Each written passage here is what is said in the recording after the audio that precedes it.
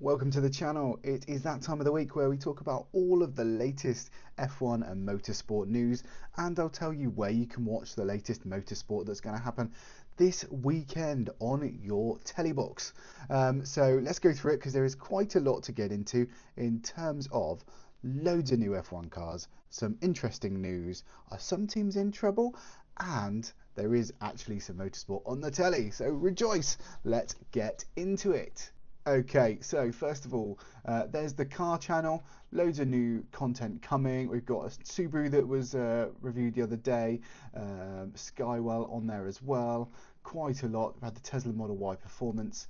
The Motorsport channel, if you haven't already subscribed, please do so. It's brand new and we've just split the two channels up. So if you do like one, please do like the other because there'll be content on both. Right, first up then, Aston Martin have released a documentary called The Mechanic that has just dropped on YouTube. It's just under half an hour long, so well worth a watch. Go and watch it on YouTube. It does look brilliant. It's kind of a behind the scenes type thing. So if you really enjoy your F1, this is going to be a really good chance to see behind the scenes. Now, new cars. Let's get straight into new cars, shall we? Let's start with Alpine. Alpine have launched their 2026 car, and it is blue and pink, which is pretty much as you would expect. Not an awful lot to tell you about.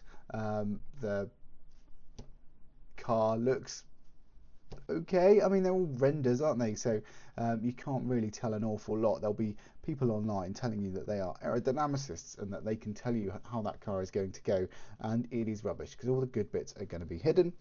Until you see the cars physically on track, forget it, right? Because this is the Alpine. The big thing to note is it is a new era for Alpine because I think there's potential that they'll be sold or there'll be new investors this year. Keep your eye out for Mr. Horner. I am intrigued to see how well they do with the Mercedes power unit in the back. There are a lot of rumours, of course, that Mercedes will have stolen a march and that they're going to be the best in 2026. We wait to see. And if they are, that could push them right up to the top of the grid. Because if the chassis was all right, but the engine was holding them back last year, then who knows? Obviously, Pierre, we think, has the talent, so it could be a really good year for them. Hopefully, we'll move them up and let them be a little bit more competitive. So, be interested to see how they get on. Next up, Audi launched their car earlier this week, and do you know what? It's the same as the concept, which is, I think, a little bit disappointing because it does look a bit like a cut and shut the way the back looks designed and the front looks forgotten. So I'm not a massive fan of that straight line down the middle. I genuinely think it's a bit meh. I mean, the chrome is going to look great on track. I wish there were so many good concepts out there. Even the one they launched with, like 3 years ago when they said they were coming into F1 and they put it on a 22 show car, and that was cool.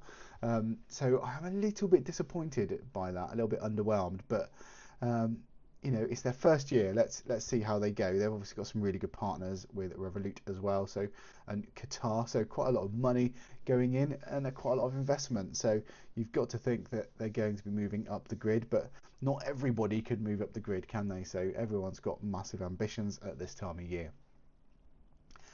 Haas launched their car as well a few days ago, and theirs is resplendent in white. This TGR Gazoo Racing Toyota tie-up, I think looks fantastic. It's very clean, very crisp, and I think it's just what the doctor ordered for them. If you look at a side profile picture, I think that looks absolutely magnificent. It proper looks Toyota, and obviously that's the way they're going. I think it looks great, so I'd love to see them do really well. We've seen some clues about what Ferrari might be doing based on this, but of course now we know what Ferrari are doing because they have launched. But I think it looks really good, and I love the Toyota influence. I think that is really good for Haas. I think that is the way they're going to go, and of course it makes total sense. Next up, Mercedes launched and they ran the car on track. So not only have we seen the renders, we've seen what it really looks like in the flesh. But the interesting thing is, of course, this livery. What do we think? It has these stripes on it. Can we make it bigger? Yes, we can. There we go. So it's got these stripes on, and from the side it looks a bit like a trainer, like an Adidas trainer. I mean, it's cool. From the front it just looks silver. From the back it just looks a little bit too cluttered for my liking. So I'm not a massive fan of this, if I'm honest. Like from the back, because you've got all of these sponsors on here, and great that they've got the sponsors and the stars and the stripes. I personally, I think it's just a bit too much. It's a bit too cluttered. I like it. Like one or the other would work. The stars have been there for a while now. Microsoft, a big new sponsor as well, slapped on there.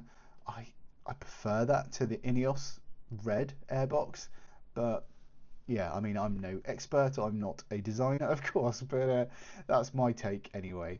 So there you go. That is the Mercedes.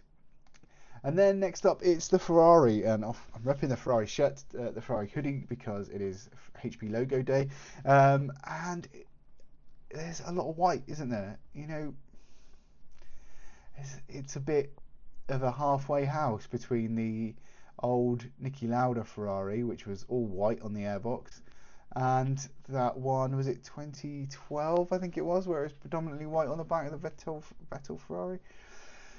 I don't know whether I like it or not. There's some interesting ideas on here that we have seen on track, including the nose is slightly differently supported on the wing. Both them and Mercedes have gone with a gap between there and the diffuser, which we think might give them a little bit more performance. But, you know, it is predominantly red. It's better than last year's stripe. What do you think? Tell me what you think of these liveries. Please do pop in the comments what you think. Do you like it? Do you think it's better than last year? Where do you feel you are with this? Because, you know, it's one of those, isn't it? So next up we have a statement from Williams. Now Williams, looks like they're in a bit of trouble here, because it says that they've taken the decision not to participate in next week's Barcelona test. Barcelona test Monday to Friday, and teams are only allowed to participate in 3 of those days, but they're not going to make it at all. There are loads of rumours around that they're overweight, that they haven't even passed a crash test yet, and that is all really, really worrying. Rumours also about Aston Martin, whether they're going to make it. They said they're definitely not going to be there day one, and then they're going to make a decision, so who knows. But there are a lot of rumours flying around. I'm really, really worried about Williams, and I really hope for their sake that they do get on track and hit the ground running in Bahrain, because you know, that is such a big thing to miss so much on track running. It does really worry me, because they were one of the ones you thought they were going to fly up the order this year, you know, with the power unit and all the work that James Vowles has done. So genuinely a little bit gutting, really, and it does worry me. Now next up, it's some news from Aston Martin again. They're no longer going to provide safety cars for Formula One. Now this means it will revert back to being just Mercedes. I don't think that's an unpopular decision. Certainly when they first arrived, they felt a bit overweight and a bit sluggish, and certainly that's what the drivers were saying. And they got the nickname as the Green Turtle because they were deemed to be a little bit too slow, perhaps a little bit unkind. I think Aston Martin are probably just going to focus harder on their core business of going racing and building road cars, and just kind of take away anything that is like taking their mind off the core product and the core work, if you like. So I think it'll be interesting to see whether it makes a difference if they ever come back, but it's not going to be a sad thing just to see Mercedes. I think they've held that for a long time and they probably deserve it. So yeah, back to Mercedes safety cars for 2026 and beyond. Now the next story is the FIA.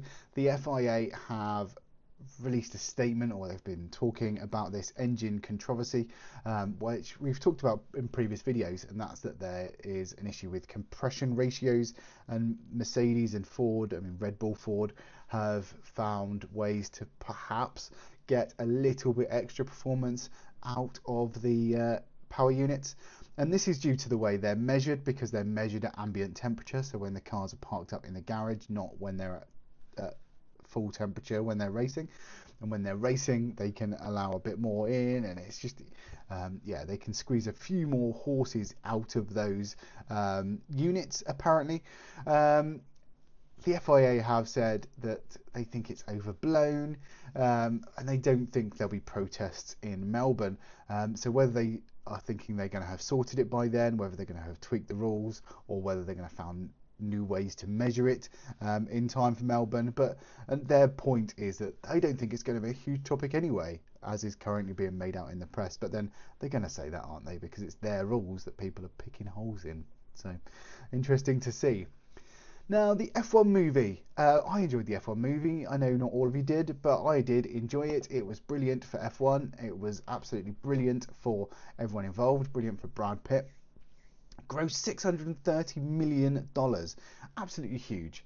Absolutely box office. Brilliant movie in terms of numbers and what it's done for the sport. It has been nominated for the Best Picture Oscar, which is brilliant. I'm surprised because it's not really the sort of thing the Academy go for, but actually it's been nominated for 4 different Oscars, including Best Visual Effects, Best Film Editing and Best Sound. I can see Best Sound with all the cameras and mics in cars. Best Visual Effects, I can understand that as well, because it was really, really well edited, and of course editing goes in there as well. It's quite a difficult thing to edit. I don't think it'll win Best Picture because it's not sort of the Academy's kind of thing, but it's amazing that it's been nominated for those awards as well, because it is just such a brilliant thing, a brilliant accolade for everyone involved. I think we'll see a second one, don't you? Right, next up is the M Sport Extra calendar, as we look every week. We've seen loads of car launches. I think there's plenty more to come. So we've got the IMSA Rolex 24, which we're very excited about. It is going to be live streamed on YouTube. Certainly part 1 is right here. You can queue up now. So it's live in 21 hours from when I'm recording this, 24th of January at 6:30. And the World Rally Championship, Monte Carlo Rally, absolutely brilliant box office, and that is on TNT Sports, and you can watch it live from 7:30 in the morning. Obviously it's already been on, there's already been some stages, but stages 10 and 11, 7:30 till 9:30, Saturday morning on TNT Sports, and then across the weekend. Plenty more next week, because we have that pre-season test. So with the F1 testing next week, Monday to Friday, there will be highlights on Sky Sports F1 and a wrap at the end of every day. So that will be well worth watching. It is a closed test, so it's not the wall-to-wall coverage we're used to expect at F1 tests. But nonetheless, there will be plenty to watch and get our teeth into. So plenty to look out for next week. I'm expecting to see the McLaren before the test. And they don't turn up until the Tuesday. We know that for sure. They might not even run till the Wednesday, but they have confirmed they're definitely missing day 1. So lots to look forward to. F1 2026 has definitely begun, and it is super exciting. I love this time of year. I love the launches. I love the conspiracies and the news and all the aerodynamicists that appear on YouTube. I absolutely love it. So time to get our absolute fill of content. So I hope you enjoy. Please do let me know below what you have enjoyed so far, what your favourite launch is so far, what your favourite car looks like, and how you think the season is going to pan out. Please do like the video and subscribe to the channel. It means the world to me and helps me to make more content and stuff with the cars on the car channel as well. So thank you very much, and I'll see you in the next one.